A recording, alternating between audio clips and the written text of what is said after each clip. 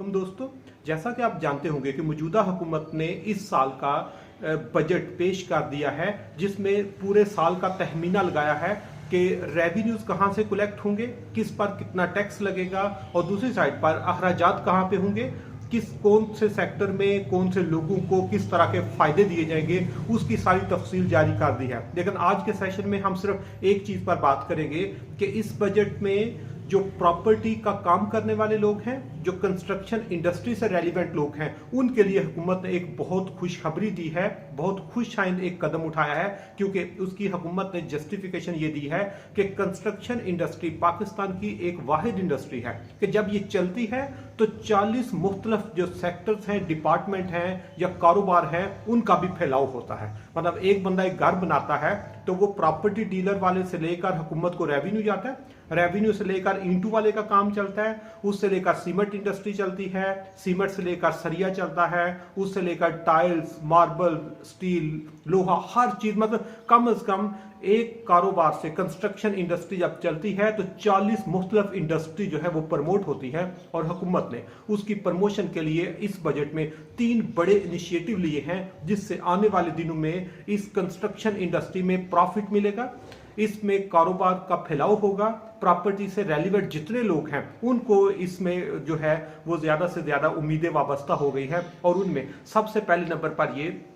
कि हुकूमत ने कंस्ट्रक्शन इंडस्ट्री पर जितना भी एंटरप्राइजेज इस पे काम कर रही हैं उन पर जो टैक्स है उसमें 3 साल के लिए 10% टैक्स रेट कम कर दिया है। मतलब जितना भी पहले वो टैक्स पे कर रहे हैं उस पर 10% कम कर दिया है, पहले नंबर पर। दूसरे नंबर पर जो लोग अपना जाती घर बनाएंगे, अगर वो जॉब करते हैं, टैक्स पेयर्स हैं, तो वो उनको एक टैक्स क्रेडिट आप इसको कहते हैं, तो वो 3 साल के लिए उनको 10% टैक्स क्रेडिट दिया जाएगा। मतलब जितना भी टैक्स दे रहे हैं उसमें उनको भी उसमें रिलीफ दिया जाएगा। तो तीसरे नंबर पर इस वक्त पाकिस्तान के मुख्तलिफ ईयर्स में इस चीज पे फोकस हो रहा है कि जो प्रॉपर्टी का कारोबार करने वाले हैं इन पर टैक्स रेट बढ़ाया जाए, ना कि इनको छूट दी जाए। लेकिन हुकूमत ने इस साल के लिए मजीद उनको रिलीफ दे दिया है कि जो भी कारोबार प्रॉपर्टी का लोग इसमें इन्वॉल्व हैं उन पर कोई नया टैक्स नहीं लगेगा। ये एक साइड पर है। दूसरी साइड पर पाकिस्तान में जितना कंस्ट्रक्शन और प्रॉपर्टी का काम है इसको हुकूमत ने तो रिलीफ दिया, लेकिन इसके साथ पाकिस्तान में सारा कारोबार रेमिटेंस पे चलता है। जो ओवरसीज पाकिस्तानी है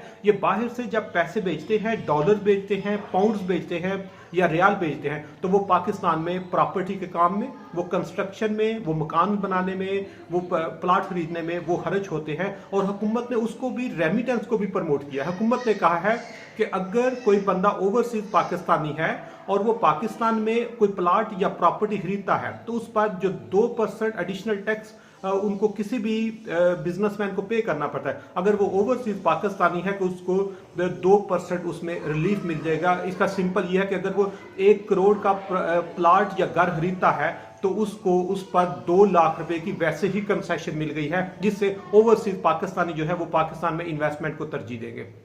दूसरे नंबर पर उन्हें कहा कि ओवरसीज पाकिस्तानी जब पाकिस्तान पैसे भेजते हैं तो उन पर किसी तरह का कोई भी नया टैक्स आयद नहीं होगा, उनको एज इट इज हम फैसिलिटेट करेंगे। और सबसे अच्छी बात उन्हें कहा कि ओवरसीज पाकिस्तानी को हम एक डायमंड कार्ड इशू करेंगे। वो कार्ड सिर्फ उस बंदे को देंगे जो पाकिस्तान एक साल में कम से कम $50,000 जो है वो बेचता होगा। अगर कोई $50,000 एक साल में बेचता है उसको डायमंड कार्ड जब देंगे तो डायमंड कार्ड के साथ उसको एक लाइसेंस, असले का लाइसेंस अपनी सेफ्टी सिक्योरिटी के लिए फ्री दिया जाएगा। दूसरे नंबर पर उसको जो पासपोर्ट है, आम पाकिस्तानी वाला पासपोर्ट उसके पास नहीं होगा, उसके पास स्पेशल पासपोर्ट होगा जो सिर्फ और सिर्फ पाकिस्तान के कैबिनेट के मेंबर्स, पाकिस्तान के ब्यूरोक्रेट्स या सरकारी जो बड़े ओहदेदारान हैं उनके पास होता है। और वो उन डायमंड कार्ड होल्डर को भी वो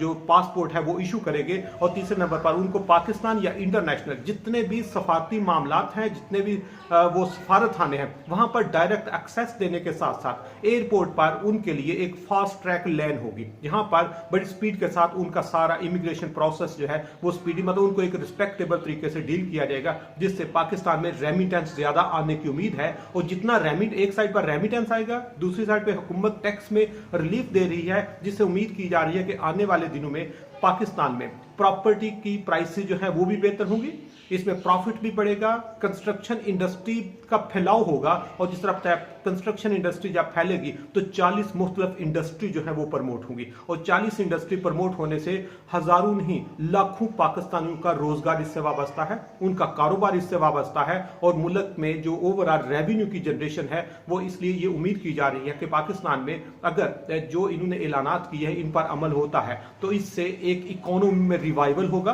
लोगों को रोजगार मिलेगा, लोगों की इनकम में बेहतरी होगी। इसलिए आने वाले दिनों में हम अच्छे की उम्मीद कर सकते हैं।